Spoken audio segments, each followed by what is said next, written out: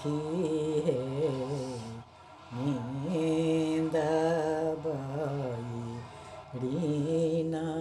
भेल सुतला छलहुँ एकही पलंग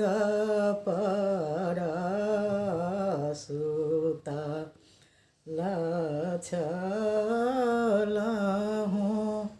एकही पलंग पर कृष्ण उठी कत गेला सखी हे नींदाबाई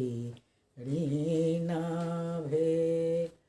लाल खटिया लाल पटिया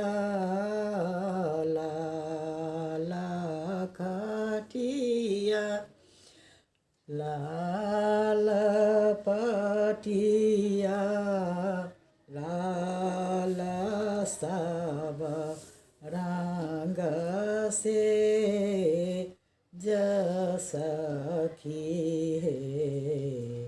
नी